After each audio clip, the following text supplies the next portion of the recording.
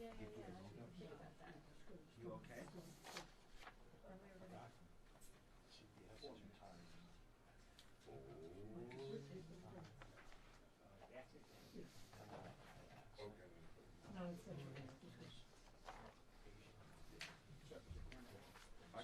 I can go find another kid. I don't remember. I'm sure if I saw pictures, I didn't remember.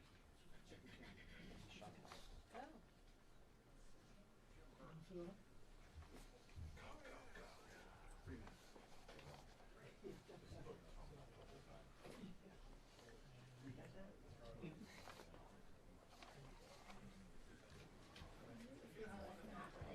Yes. I will not feel so bad about it.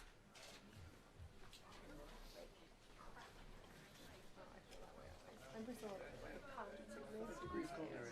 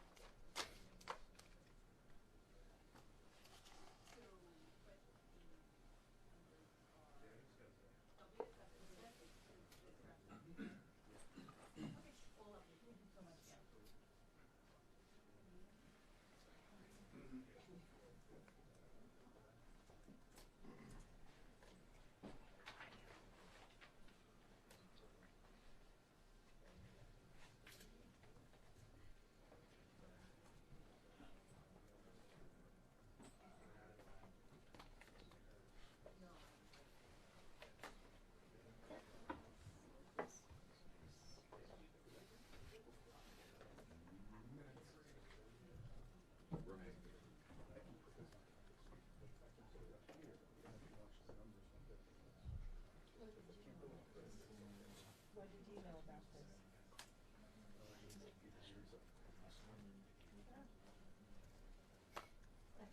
I heard of it. Okay. I heard the story this morning on the radio.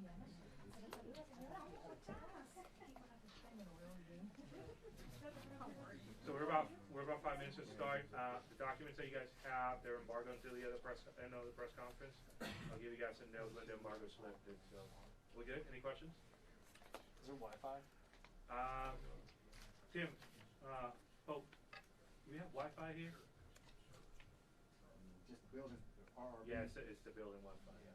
So, no, sorry. So we don't have our own. We put it in the next budget.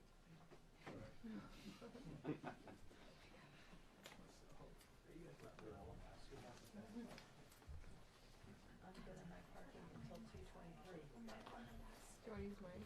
And then I'm gonna go to the hill. Well, there was this 3 p.m. closed Right. stakeout. After all the hearings that have been going on, I was like, I need to have this on me consistently. That's why it was dead and I left it on my desk. Thank you. I appreciate it. Yeah, for sure.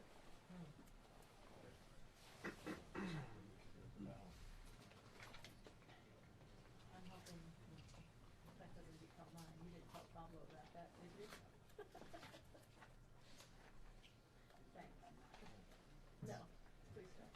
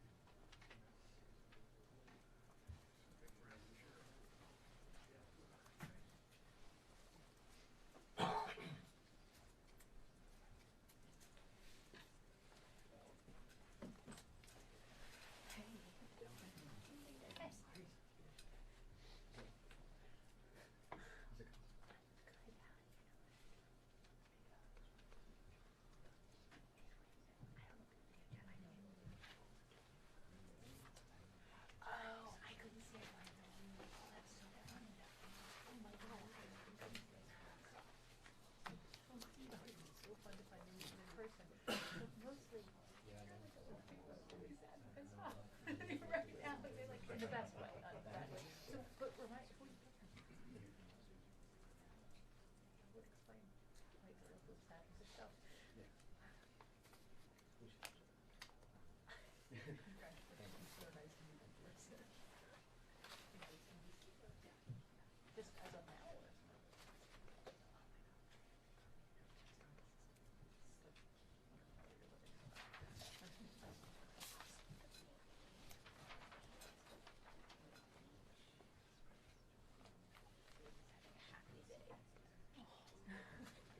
It started happening once, being happy, see the nanny, some nannies. Yeah, did you figure it out? Okay. You spelled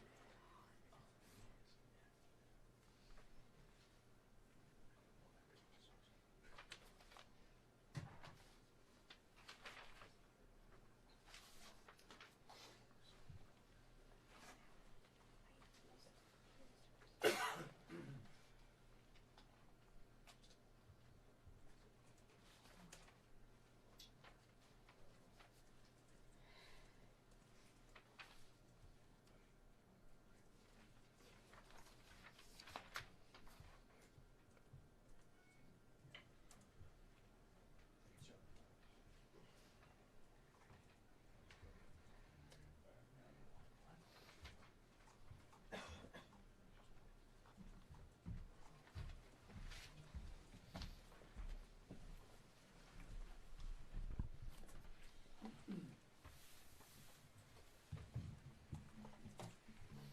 Thank you, everyone.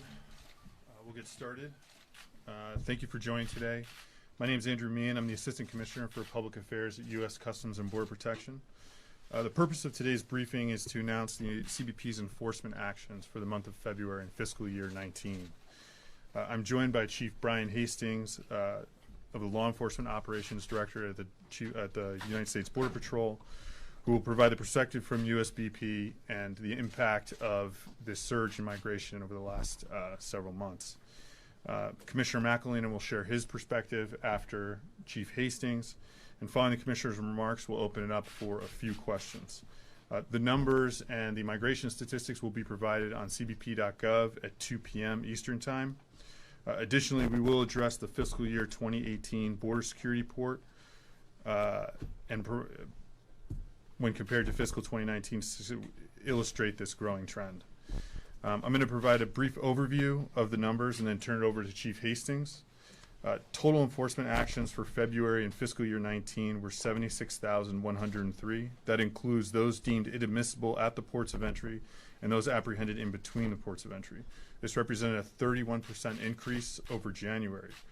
Of that 76,103, 7,249 were unaccompanied children, and 40,385 were family unit aliens, representing 62% of all enforcement actions. With that, I'm going to turn it over to Chief Hastings for the Border Patrol's perspective. Thanks, sir. Good afternoon. My name is Brian Hastings. I'm the Chief of Operations here at Border Patrol Headquarters. I think shortly you're going to see some videos here. This kind of outlines a few of the things that we have going on currently with the border. Specifically, these are taken of some large groups in the El Paso area as well as Lordsburg, New Mexico. I'll talk about some of the challenges that presents here shortly. Just kind of want to hit on a few of the things that AC Meehan already mentioned. Primarily, 28 days in February, we had over 66,000 apprehensions. During this fiscal year so far to date, since October, we've had over 268,000 apprehensions so far, as compared to the same time frame last fiscal year. That's a 97% increase. So a lot of folks look at that and they say, frankly, based upon those numbers, we have seen numbers like that in the past. In fact, if you look back to 2005, we've seen numbers 1.5 million. And so a lot of folks don't understand that the significant change in the demographics of what we're seeing today is what presents us and our partners with a lot of challenges. Historically, the U.S. Border Patrol has arrested 70 to 90% Mexican nationals. We could apply a consequence to that demographic. We could return them quickly to Mexico. Today, 70% of all those we're arresting are from the Northern Triangle: Guatemala, El Salvador, and Honduras. October of 2018 marked the first time in our history that family units exceeded single adult apprehensions. And in February of 2019, family units and unaccompanied children accounted for 65% of all Border Patrol apprehensions. For the fiscal year, it's 60% family unit apprehensions, family unit and unaccompanied juveniles. So without a consequence, without being able to deliver a consequence to these individuals for illegally crossing our borders, the Border Patrol has no reason to expect that this trend will decrease. In fact, we believe it will increase. It's well known at this time that adults with children will not be detained during the immigration proceedings for illegal entry. The word of mouth and social media quickly gets back to those in the Northern Triangle countries that if you bring a child, you'll be successful. From April of 2018 through February of 2019, we've had almost 2,400 fraudulent claims of families. Of those fraudulent claims, some are folks who have claimed that they're under 18 and are not. Others have actually been fraudulent familial claims. Another trend that we're seeing, and I mentioned earlier, are the large groups. This is a dangerous trend for us. We define large group as a group over 100. Those groups so far this fiscal year, we've seen 70 of those groups, over 100. They've totaled over 12,000 apprehensions. And the important thing to note is if you look back historically, last fiscal year we had 13 of those groups over 100. The year before that, two groups over 100 for that fiscal year of 17. So that's 99% of all of those individuals are family units, again, and they are from, again, the Northern Triangle. If the current trend continues, Border Patrol can expect to apprehend approximately 174 large groups, totaling over 29,000 deportable aliens. Now, the issue with this and the concern with this that we have are the majority of these groups are entering in places that are very rugged, very remote, specifically talking two areas, Ajo, Arizona, Lordsburg, New Mexico, very remote, very rugged. The issue that causes us, the challenge that causes us, is they're the furthest areas from our central processing centers, the furthest areas from medical services, furthest from our transportation services that we have as well. Current, even more troubling for us, is that the current intelligence is telling us, and we're seeing firsthand, the drug trafficking organizations are utilizing these groups as cover and diversion to divert our agents away from the national security border mission and use them as a diversion to cross drug loads. We've had four specific cases here recently that we've seen those family units being used as a diversionary tactic. That's highly concerning for us going forward. So lastly, just want to hit on some of the resourcing issues that all of this causes for U.S. Border Patrol, CBP. We're devoting a large amount of our daily resources to this. The facilities and the manpower cannot support the continued increase in the apprehensions of family units and unaccompanied children. Our Border Patrol stations were built in the 80s and 90s. They were built for a different demographic, not for the current amount of family units and UACs that we're seeing. And each and every day, Border Patrol is putting approximately 25 to 40% of our manpower is being dedicated to the care, transportation, and the humanitarian mission. They're pulled from the national security mission to do these things. We're committed to addressing these humanitarian needs, but the current situation is unsustainable for Border Patrol operations. With this, the increased flow, combined with the stress of the journey, the crowded conveyances, and flu season has resulted in significant increases for the medical referrals for Border Patrol. Currently, U.S. Border Patrol is sending an average of 55 people per day for medical care. During December, this was as high as 63. We're on track to refer approximately 31,000 individuals for medical treatment this year as compared to 12,000 last fiscal year. Since December 22nd, 2018, U.S. Border Patrol agents have spent over 57,000 hours at a hospital or medical facility. This equates to just under 5,700 shifts of hospital watch during the 72 days at a cost of $2.2 million in Border Patrol salary. Between 2014 and 2018, MedPAR data has shown that we have spent $98 million on medical services for individuals in CBP custody.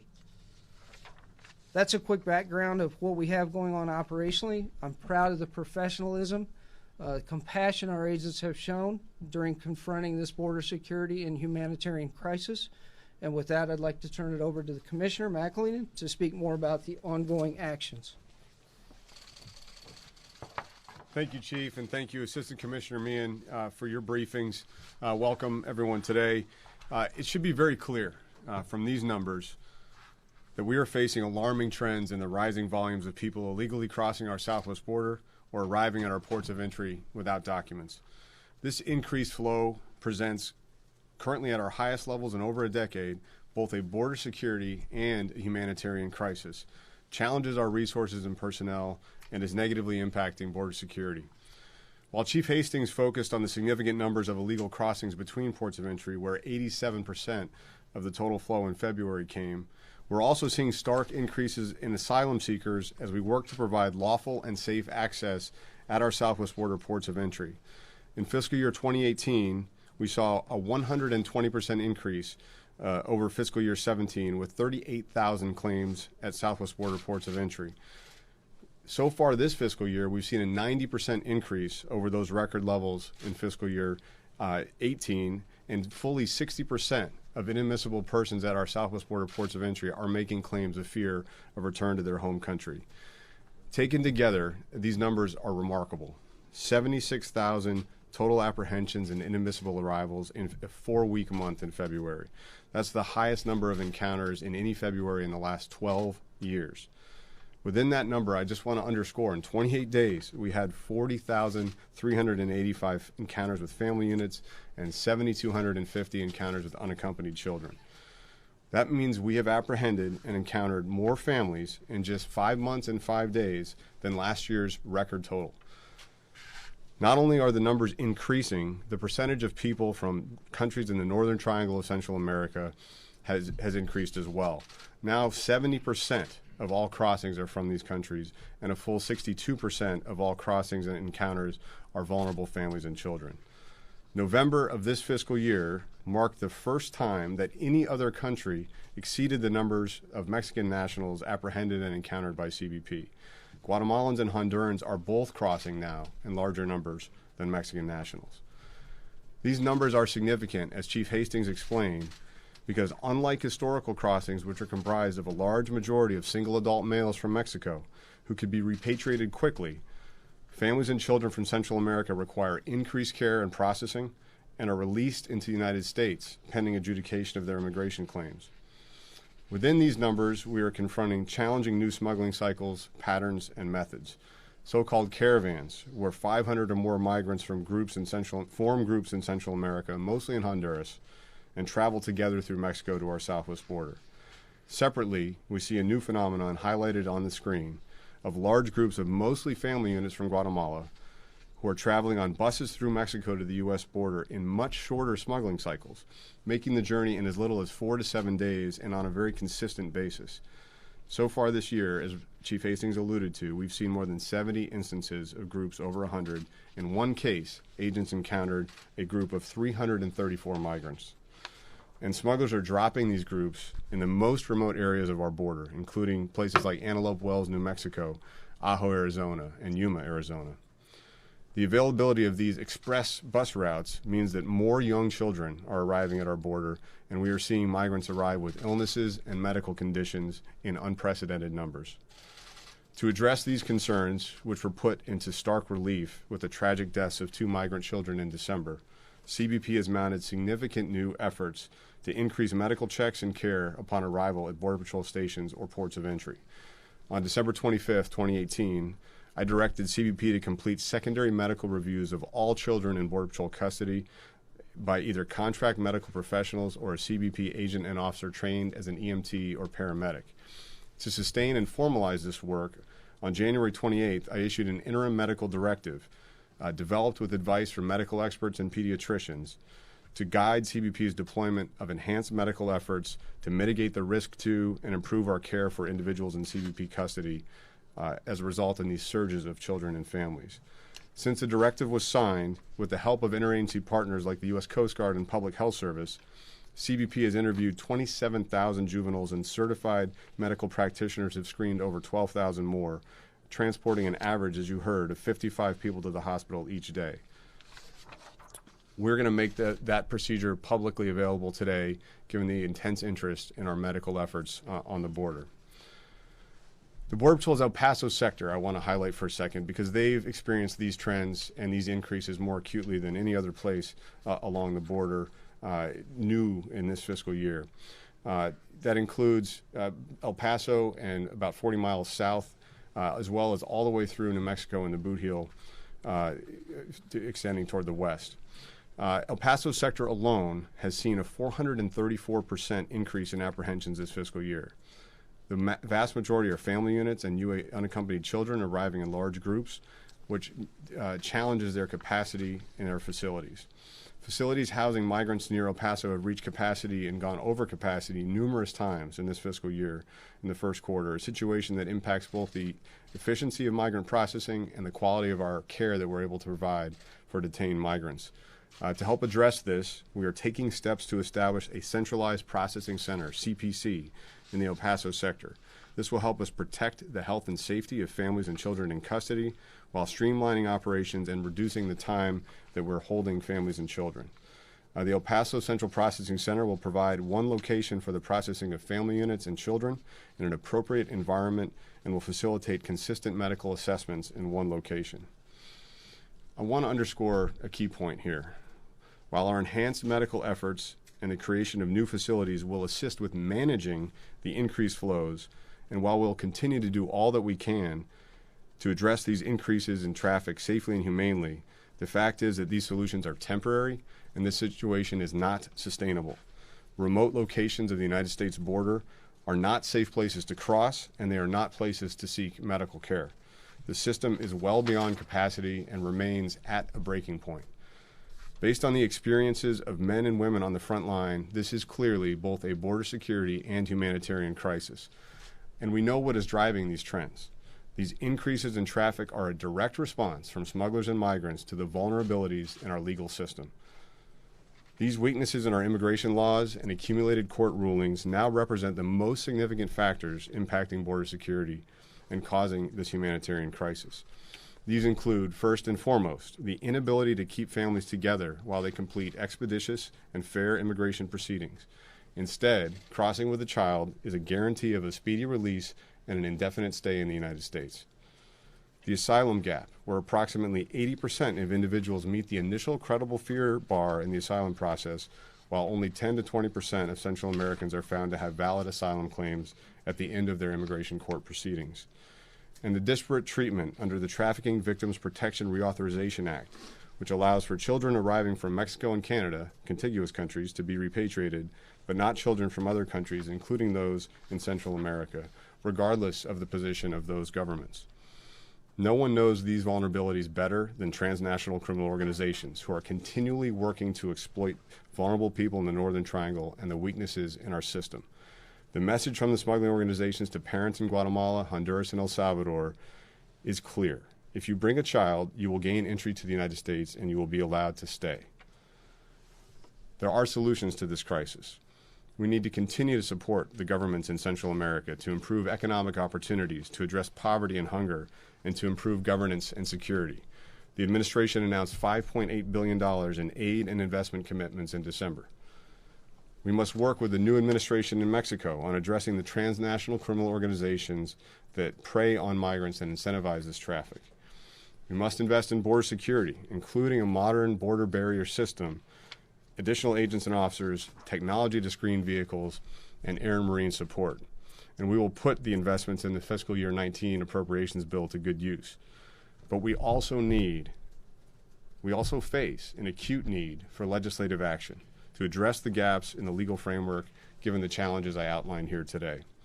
Every single day, smugglers and traffickers profit from human misery by exploiting people who are seeking a better life. Through human smuggling, transnational criminal organizations have established a new multi-billion-dollar line of business. The situation is not safe for migrants. It challenges our ability to provide humanitarian care. It contributes to dangerous conditions on our border and enables smuggling while enriching criminals. Regardless of anyone's preferred policy outcome, the status quo is unacceptable. It presents an urgent and increasing crisis that needs to be addressed. Thank you. We'll be happy to take some of your questions. Luis? Thanks very much for the question. You mentioned the need for legal framework revisitation by Congress. Would you say that that is a higher priority than extending physical barriers at the southern border beyond what was already appropriated in fiscal year 19? I think we need to do both. We're facing both a border security and a humanitarian crisis. The vulnerabilities in the legal framework are creating the incentives for families and children to come to the border, while we still face significant numbers of single adults trying to evade capture and increase narcotic smuggling between ports of entry. That's what the border barrier system and the technology between ports of entry helps us address. So we absolutely need help on both sides. If I could just kind of follow up, which one do you think could be done faster? Well, if we could get bipartisan action to address the crisis that we're outlining, legislation could be completed faster. But we're also moving out very quickly on the border wall system. Quinn? These numbers are used as a proxy for the flows across the border, but how much of it could just be attributed to your agents having more resources and doing a better job of apprehending people as we build up certain border barriers? Yeah, that's an important point. So our surveillance capability, our ability to interdict those who do cross is at its highest level ever in terms of a border security capability to identify and interdict crossings. And as you note, families and children are not trying to evade capture. They're presenting. So we're capturing just about all folks who cross between ports of entry in terms of families and children. That said, that we know that single adults continue to try to evade capture. We know that smugglers try to use the current flow on the humanitarian side to bring in drugs and contraband, and we want to make sure we don't miss anybody. So we need that dual investment on the border security side and changes to help us on the humanitarian side. As far as the migrant protection protocols, which in a call last week they mentioned that it's going to extend to other locations along the border, how does the medical aspect of this factor into that? For example, if you have someone that comes and they have a medical issue, will you treat them the same and then will they be returned to Mexico, or how will that play out? So on the medical side, having the ability to provide certified medical practitioner for care at our major ports of entry is absolutely part of our medical expansion. It's not just for Border Patrol stations. We have that ability at San Ysidro. We want to expand it to places like El Paso, where we see a lot of migrants arriving undocumented, as well as Nogales and other places along the border. So if somebody comes in who's very ill, we will try to address that and treat them on arrival. What the migrant protection protocols will allow us to do is create additional access for people that are seeking to present asylum claims or are undocumented, and then a dedicated court docket to hear those claims more expeditiously. Last question. So with the numbers that you've seen in January and February, what is the expected forecast for the rest of the year? So typically we see seasonal increases in March, April, and May. The patterns that we're seeing right now are very similar to what we saw in fiscal year 14, which led to the first significant surge of families and children. So we're very concerned that we're going to see numbers continue to rise into March, April, and May, especially with these new diversified offerings that smugglers are presenting to bring families to the border more quickly. All right. Thank you, sir. Happy to follow up with anybody with any additional questions. Again, the stats are going to be posted on at 2 o'clock, and please do not hesitate to contact CBP OPA with any additional follow-ups. Thank you.